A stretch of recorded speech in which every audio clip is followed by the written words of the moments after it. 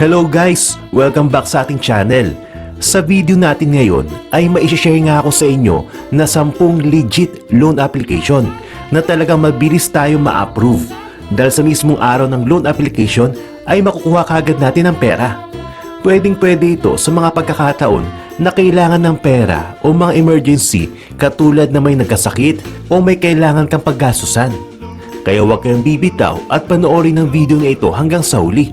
Malalaman din natin kung buo ba natin makukuha ang desired loan amount natin o kung magkano ang mga processing fee at mga hidden charges. Ang una sa listahan natin ay ang loanonline.ph.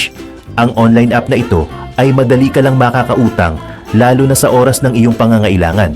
Sa loob ng ilang minuto ay pwede kang pumili kung anong loan ang nababagay sa iyong mga needs. Mababa din ang interest rates at talagang maaasahan. Hindi na din pahirapan sa mga requirements, kaya pwede mo tong subukan.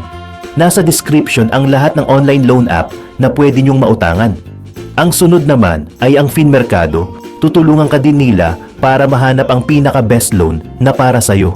Kahit ito ay personal loan, car loan, emergency loan o kahit ano pa, mababa din ang interest rates dito.